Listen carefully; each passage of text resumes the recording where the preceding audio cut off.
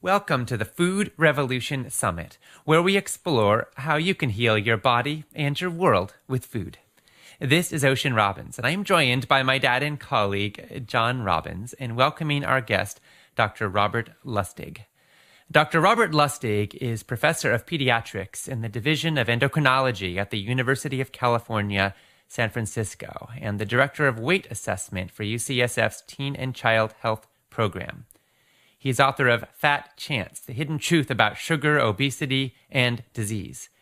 Nearly 7 million people have watched Dr. Lustig's provocative YouTube video, Sugar, The Bitter Truth. His groundbreaking quest to understand the scientific underpinnings of sugar addiction has been featured on 60 Minutes and most of the major news outlets of our times. Dr. Lustig has authored more than 120 peer-reviewed articles and trained more than 50 other health professionals. He is featured in the provocative and groundbreaking films Fed Up and Sugar Coated. So now, Dr. Lustig, my dad and I are so glad to have this time with you. And now for the interview, I'm going to hand it over to my dad, John Robbins. Well, thank you, Ocean, and thank you, Rob, for being with us once again. It's a pleasure to bring your voice to our audience. My pleasure to be here. Thanks for having me. Sugar once was something we added to coffee and tea, we baked cookies with, we consumed it in limited amounts, and maybe even more importantly, we had control over how much we added to the foods and the beverages we consumed, so we knew what we were doing.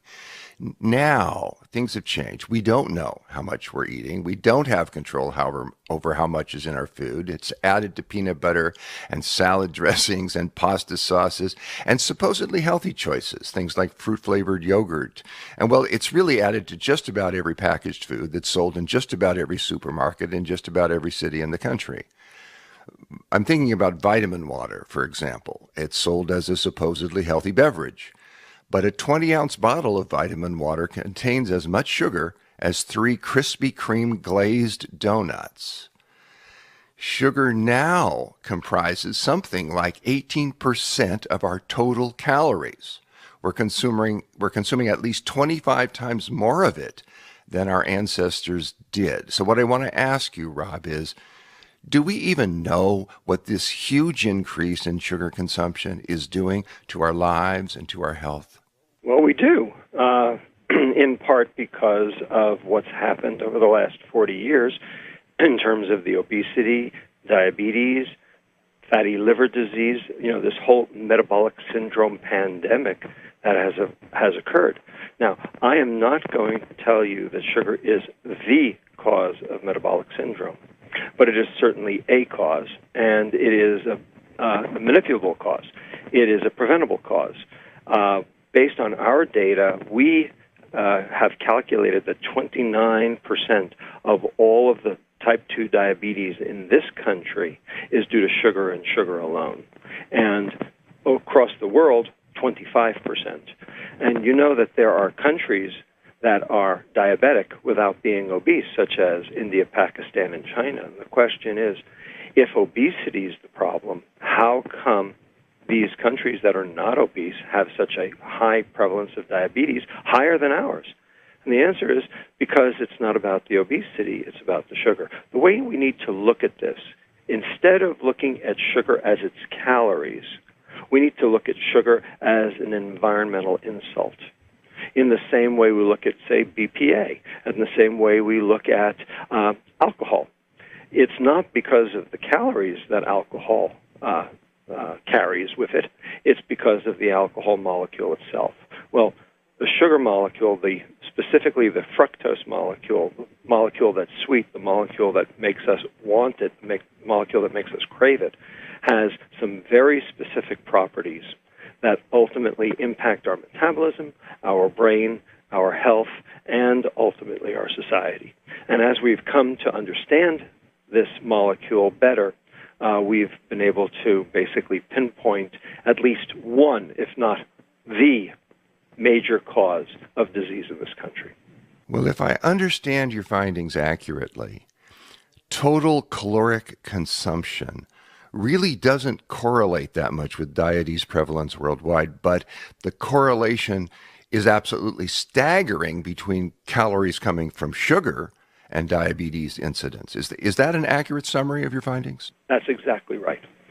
We did a study. It's called an econometric analysis. This looks at availability of specific calories within countries across the world and across time. So the Food and Agriculture Organization statistics database, that's part of the WHO, computes the number of calories per day per person in every country on the planet, 175 countries total, going forward year after year after year. So this doesn't give you the snapshot. This gives you the movie. This gives you the time analysis. And what we did was we looked at the different kinds of foodstuffs, grouping them.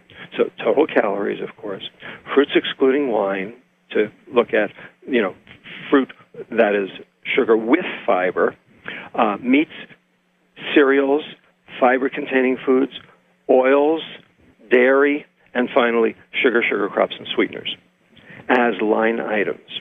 Moving forward from the year 2000 to 2010, what we found was that if an extra 150 calories per day were available in any given country, diabetes prevalence went up a total of 0.1%, which is nothing. But if those calories happened to be a can of soda instead, diabetes prevalence went up 11-fold to 1.1%. Wait a minute. I want to make sure I'm getting this, and that our listeners are. Are you saying that, on average, if a person increases their daily caloric consumption by 150 calories, there's little rise in their diabetes risk, but if those 150 calories come from a can of soda, their increase in diabetes risk is huge? We've computed that in our country, in America, our current average consumption of sugar, which you rightly said was 19 teaspoons per day, increases our risk for diabetes by 68%. Which is staggering, and I'm thinking about children right now. I mean, and kids we have something called type 2 diabetes. That's, of course, the most common form of diabetes by far. It used to be called adult onset diabetes because it occurred in adults. It didn't occur in younger people, but it does now. In fact, although teens with type 2 diabetes used to be unheard of, and we called it adult onset diabetes, now a third of all new cases of type 2 diabetes in the U.S. are in teens. Exactly. This is a disease that had never occurred in children. I started my medical schooling in '76 and became a intern in 1980, and we had never heard of pediatric type 2 diabetes. In fact, I actually went into pediatrics originally to stay away from chronic disease, and now that's all I take care of. When you look at the fact that children now get two diseases that had never been seen before, type 2 diabetes and fatty liver disease. If you got fatty liver disease before 1980, there was really only one cause, and it was alcohol. And children don't drink alcohol. So fatty liver disease was unheard of in the pediatric population. Well, a paper that came out in 2006 says that 13% of all children who die from other causes when they're autopsied show fatty liver disease, and of course 38% of obese children, and that is only going up. So when you really think about it in percent increase, this is the biggest epidemic on the planet. Forget influenza, forget HIV, forget the plague.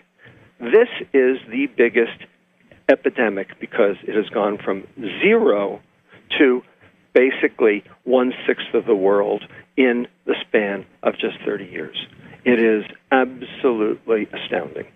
I want to talk a little bit about what's happening to our livers, our children's livers, all of our livers. We know what happens to the livers of alcoholics. Right. And we know that sugar is metabolized very similarly to alcohol. Fructose molecule is. Yeah, the fructose molecule. Right. People don't get arrested for driving under the influence of sugar, but the human liver's metabolism of fructose is remarkably similar to its metabolism of ethanol. Does this mean that fructose is similar to alcohol in how it damages the human liver and how it raises our likelihood of developing associated diseases? That's exactly what it means. If you look at a liver under the microscope from an alcoholic and from a soda consumer, you can't tell the difference. And we've already done 2 liver transplants on 400-pound, 15-year-old soda drinkers at UCSF. In fact, non-alcoholic fatty liver disease has now overtaken hepatitis B and C as being the primary cause of liver transplant in the United States. And that is now occurring in children. These are diseases we've never seen before. So, if you look at how the fructose molecule is metabolized, it goes straight to the liver because no other organ in the body can metabolize it, because no other organ has the transporter to get it in to metabolize it. It overwhelms the pathways that would normally lead to burning, and you end up with liver fat. Plus, it's not insulin regulated, so insulin can't shut it down. So when you consume a soda, you are flooding your liver with excess energy that goes straight to fat. And we now know that that liver fat that is produced from the sugar, what happens to the sugar in your liver is what drives all of those other chronic metabolic diseases that we call metabolic syndrome. And it makes sense that this would be true because sugar and alcohol are metabolized virtually identically. And after all, where do you get alcohol from? Fermentation of sugar. It's called wine. We do it in Napa and Sonoma every day. The big difference between alcohol and fructose is that for alcohol, the yeast does the first step of metabolism called glycolysis. For fructose, we do our own first step. But once the mitochondria in your cells, in your liver, are presented with that excess energy, it only knows one thing to do, and that is take the excess and turn it into liver fat. And the faster that liver fat gets made, the faster it either gets exported, in which case your triglycerides go up, or maybe it doesn't get exported and it precipitates as a lipid droplet, and now you have non-alcoholic fatty liver disease. So the 2 diseases that we have causation for, heart disease and type 2 diabetes, are both based on what the liver does to sugar in terms of its production of fat. Well, non-alcoholic fatty liver disease, I don't think had even been described until 1980. It is really a recent development, at least our recognition of it is. And we know that for most people, there's a threshold beneath which alcohol seems to be safe and may even provide some health benefits. That's right. And there are people, though, for whom alcohol it's not a slippery slope, it's a cliff. And for them, and you find them in AA, and you sometimes find them with serious, very, very serious health problems, the only safe amount of alcohol is 0. Right. Do you think that similarly there is a threshold for sugar where beneath that amount would be safe for many people, but that for some people the only safe amount would be something like 0? Well, I don't know about 0. 0 is probably a too strong a number in this case, but each of us has a limited capacity to metabolize fructose. We have the machinery to be able to oxidize it, to basically turn it into energy at a certain point. But different people have different thresholds. And if you go above your individual threshold, your liver has no choice but to turn the excess into fat. And that's where the chronic disease starts. So the question you're really asking is, who are the most susceptible in our society? Yes. And who has to be most careful Yes. about their sugar consumption? That's what I think you're asking. Yes. Okay. There are a couple of things that can increase your rate of sugar metabolism in your liver. One of them is exercise. Exercise increases mitochondria across the board. And mitochondria burn energy instead of allowing it to be stored. And it's true even in the liver. So if you exercise a lot, you can consume a greater amount of sugar before you will reach your upper threshold. So if you are a football player on the gridiron for 3 hours a day and you want to drink a Gatorade, that's fine. That's not a problem. But what if you're not? What if you're a mere mortal like me? and you consume that same Gatorade, that excess sugar, which is in the Gatorade, is going to top out your ability to metabolize it, and you're going to drive fatty liver disease. So the question really is, who is the Gatorade marketed to? If it were marketed to athletes, all they'd have to do is basically have the Gatorade, tubs at the sporting events for the athletes. No, the Gatorade and all the energy drinks, if you will, are being marketed to children. To be more like an athlete. Well, the fact of the matter is, there is no energy drink that can make you an athlete. Period. That's okay? for sure. That's just make that very clear. I want to talk about kids a little more and obesity. You are an internationally renowned pediatric endocrinologist. You've had a front row seat to the declining health of our children. You've pointed out that we even have an epidemic of obese 6-month-olds. Obese newborns. Obese newborns. You're also the co-author of a study that I want to talk about. It was published in the medical journal Atherosclerosis, and I find it quite fascinating. I think it's important. In this study, you found that obese children who cut out sugar from their diets saw enormous improvements in cardiovascular risk factors after only 9 days.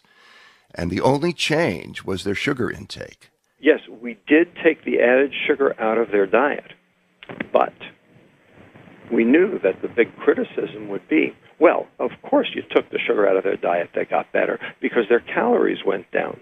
Their weight would have gone down. So we actually, instead, when we took the sugar out of their diet, we replaced it with starch. We gave them the same number of calories, and we gave them an extra molecule that had the exact same caloric value as did sugar at 4.1 calories per gram. We made sure they didn't lose weight because we sent them home with a scale and had them weigh themselves every day. And we call them up and say, "What'd you weigh?" And if they were losing weight, we said, "Eat more," because we were controlling for calories and we were controlling for weight. What we saw was absolutely remarkable. Not only did all of their cardiovascular parameters get better, all of their other metabolic parameters, including their glucose tolerance, their insulin sensitivity, and their lactate went down. So we fixed their insulin resistance, we fixed their mitochondria, and we fixed their lipids without changing calories and without losing weight. And we did it in 9 days. I mean, think about that. I've spoken with many physicians in recent years, and almost all of them say they are becoming convinced by the accumulating science that sugar is much worse than they had thought. I see a real change in thinking occurring.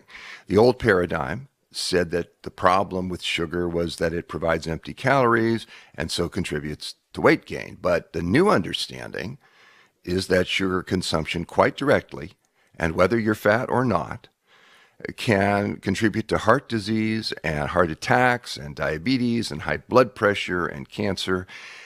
One cardiologist told me, and he's a pretty prominent one, he said, and I quote him, "I spent 30 years working as a cardiologist without ever once wondering what impact sugar had on the heart." What would you say to him, Rob, and what would you like him to say to his cardiovascular patients? Sugar changes heart muscle contractility by causing lipid accumulation in the muscle. So this cardiomyopathy, this heart failure that we're seeing, very well may be related to sugar consumption as well. We don't have the data to prove that yet, but it's certainly looking promising. So this concept that only the liver can metabolize a compound, and when that compound doesn't serve any useful purpose in the body, and when excess consumption of that compound drives different metabolic processes that cause disease. We have a name for that compound. It's called a toxin. That's the definition of toxin. Now, sugar has gotten a free pass because it's calories. And people say, well, you need calories to live. You need energy to live. So here's my question to you. Can you name an energy source which is not food, which is not nutrition, which, when consumed in excess, causes cell and metabolic damage and death, and we love it anyway, and it's addictive? Answer: alcohol. Alcohol is not food. Alcohol is not nutrition. There is no dietitian on the planet who would tell you that alcohol is beneficial or that it is a nutrient. There is no biochemical reaction in any eukaryotic organism on the planet that uses alcohol for energy. Yet, alcohol is considered a toxin. Well, guess what? Sugar meets exactly the same criteria. So we need to look at this molecule in a very different way than we had before. And when you realize that sugar and alcohol are metabolized the same way, and when you realize that a bowl of Fruit Loops and a glass of orange juice constitutes 3 times the amount that children are supposed to have for the whole day, and it's just breakfast, you can see what's happening. Sugar is the alcohol of the child. We recognize that alcohol is an addictive substance and that people who become addicted to it have very, very serious health problems, social problems. That's widely recognized. Are you saying then that we should start to think about sugar and particularly its excessive use in children in somewhat the same way as we think about alcohol? I'm saying exactly that. A little is metabolizable, and a little, in general, doesn't hurt, unless, of course, you have an addictive personality for that. But a lot does, and a lot hurts in different ways. Now, the reason why alcohol has such a bad rap, of course, is because of the acute effects, because, of the drunken driving. To be honest with you, alcohol did not have that bad a rap until Mothers Against Drunk Driving made it a priority one. Remember, we had prohibition, and it was a complete non-starter. It ultimately had to be repealed. Addictive substances are addictive. You can know all of the things that this substance is doing to you, your health, your life, your family, your community, and your society, and you are powerless to do anything about it. That's the definition of addiction. You know in your conscious mind what's going on, but you can't control it. It controls you. Well, the same thing is happening to sugar in children, and all you have to do is go to the grocery store and watch the kids have the temper tantrums in the aisles when their parents don't buy them the sugared cereals, which are at their eye level. Well, one of the ways that sugar harms us has to do with belly fat. The human body needs some fat to store energy and for other purposes, but we have a problem with abdominal or visceral or big belly fat, as it can be called. Well, we think liver fat is even more important. Yes, visceral fat is bad. No argument. What drives visceral fat? Answer: stress. Stress drives visceral fat because cortisol drives visceral fat. What drives liver fat? Sugar. Sugar drives liver fat. And liver fat drives hyperinsulinemia, and hyperinsulinemia drives all of the chronic metabolic diseases. So the question is,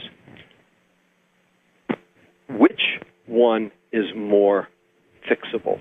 The visceral fat with stress reduction, or the liver fat with sugar restriction? The problem is fixing people's response to stress is extraordinarily difficult. But you could take the sugar out of people's diets and get their liver fat down, and you wouldn't even have to ask them to do anything. All you'd have to do is get the food industry to comply. That's our goal. Oh, that's all you'd have to do. That's all we have to do. As if that was a simple thing. Well, I want to ask you about insulin resistance for a moment. I mean, it's a hallmark of metabolic syndrome. And whatever organ becomes insulin resistant, then that organ will manifest its own metabolic syndrome, in effect. Exactly right. When you have insulin resistance of the liver, you end up with type 2 diabetes. When you have insulin resistance of the brain, you end up with Alzheimer's disease. When you have insulin resistance of the kidneys, you end up with chronic renal disease. The point I'm trying to make is that all of these conditions typically arise from insulin resistance. So I completely agree. The question I want to ask you, Rob, is what causes insulin resistance in the first place? So you have to understand how insulin works. Insulin has one receptor, the insulin receptor. It binds to that receptor and then transduces two separate signals in the liver and in the muscle. The first signal we call the metabolic signal. The transcription factor is called AKT. And virtually all of the things that AKT controls are, for the most part, beneficial. It basically causes cells to utilize glucose. It causes liver glucose output to go down, which therefore keeps your blood sugar low. It activates the enzymes that cause de novo lipogenesis, that is, fat making to try to export the fat out of the liver as triglyceride, in order to keep your liver healthy. So AKT is kind of a good thing. But the second pathway that insulin stimulates, which is called MAP kinase, is not so good. And what MAP kinase does is it causes cell division, because insulin is a growth factor. Insulin causes cells to divide. And when it causes muscles to divide, it causes vascular smooth muscle hypertrophy, which then puts you at risk for coronary artery disease. It can cause breast cells to hypertrophy, which can then ultimately lead to breast cancer, and a host of other phenomena throughout the body where excess insulin drives long-term degenerative and or chronic disease and or cancer and or dementia, like you mentioned. Well, the only goal is to get the insulin down. You got to get the insulin down. And that is what we do in our clinic at UCSF every single day. Our clinic is an insulin reduction clinic to try to improve insulin sensitivity. Now, the low-hanging fruit of improving insulin sensitivity is get rid of the sugar. Why does sugar cause insulin resistance? Well, because sugar is metabolized to fat, and that fat drives that insulin resistance. In addition, there are specific transcription factors that are turned on by fructose in the liver that actually interfere with insulin signaling directly at the receptor and at the substrate that comes after the receptor called IRS1. So everything about sugar makes insulin resistance. And so when we get sugar down in kids' diets, their insulin resistance reverses. And we've shown you can see the effects in 9 days.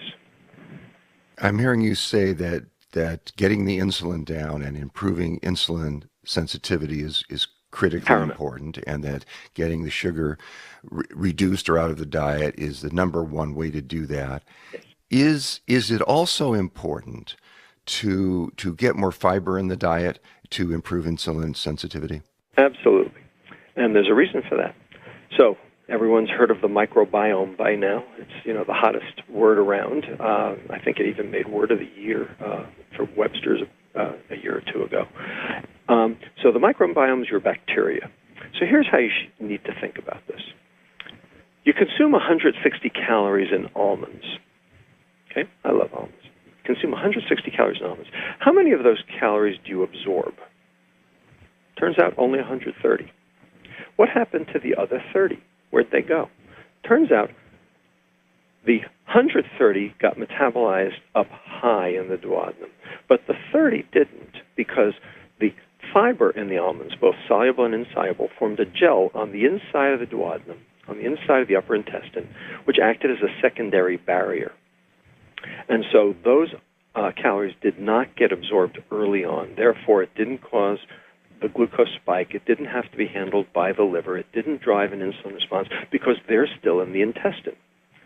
So the food moves further down the intestine to the jejunum, the next part of the intestine. And what lives there? Well, the microbiome. That's where the microbiome is. Why isn't the microbiome in the duodenum? The answer is because the pH just changed because of the stomach. The stomach contents are at pH 1. No bacteria except H. pylori can live in pH of 1. And the sphincter of Oddi, which is where the pancreas exits into the intestine, is kind of in the mid-duodenum. And so basically, it doesn't mix with the food contents until the jejunum, and that's where the bacteria are. So those 30 calories in the almonds that you didn't absorb in your duodenum because of the fiber went to the jejunum, and then the bacteria got it. So even though you consumed it, you didn't absorb it. Therefore, you didn't get it. When you fed yourself those almonds, you didn't just feed yourself. You fed your bacteria. And that's a good thing to do, because your bacteria are, a host, of hundreds, even thousands of different species. So when you feed your bacteria, you're allowing the fragile bacteria to sort of offset the bad bacteria, what's known as microbial diversity. And that's associated with metabolic health by keeping the bad bacteria at bay. So when you consume food with fiber, you're not getting all the calories you ate, which is why a calorie is not a calorie, because you only measure what you ate, what passed your lips. What you really need to measure is what passes your intestine, and we don't have any rational way of doing that. But knowing that 25 to 30% of the calories you consume actually go to your bacteria means the calories are crap. Does it also mean that, I'm thinking about the difference between soluble and insoluble fiber? Well, they're both important. They're both important. And most real food has both. So for the audience, soluble fiber is like pectins, like what holds jelly together. Insoluble fiber is like the stringy stuff in celery, the cellulose, the green stuff. Most real food that has not been processed contains both forms.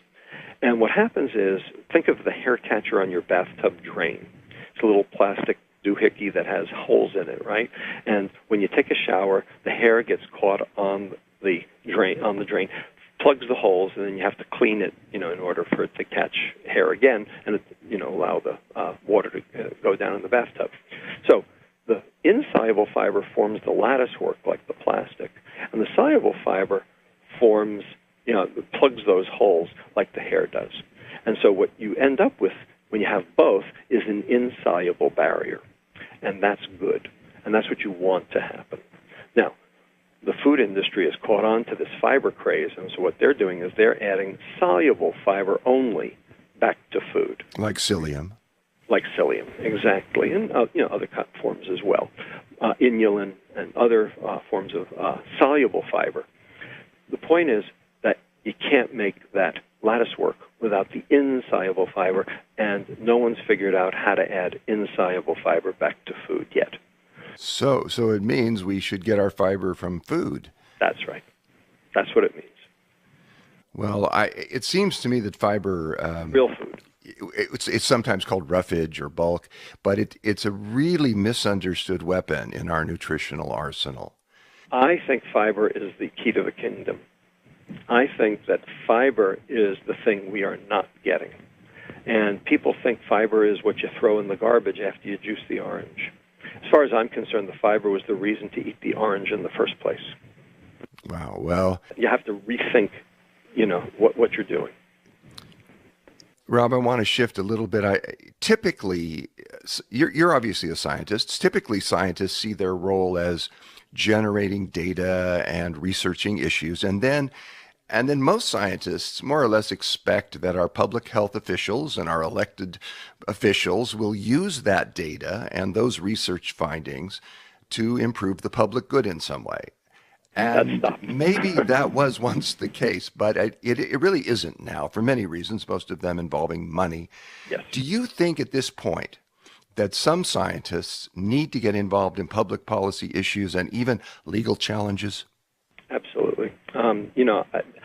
I entered medicine back in the ivory tower era, where the scientists did the science and then the public policy makers used that science to advance specific social agendas. That's what used to happen. That stopped about 40 years ago. And there are many reasons why it stopped, but most of them having to do with money, as you said, having to do with payoffs to individual congressmen and other local officials to ignore the science because whatever that science was generating was not good for their industry. That's basically what has happened. Jeremiah Stamler, the father of cardiovascular epidemiology, famously said once, "If a scientist is not willing to follow his data into the policy arena, who will?" I took that very personally.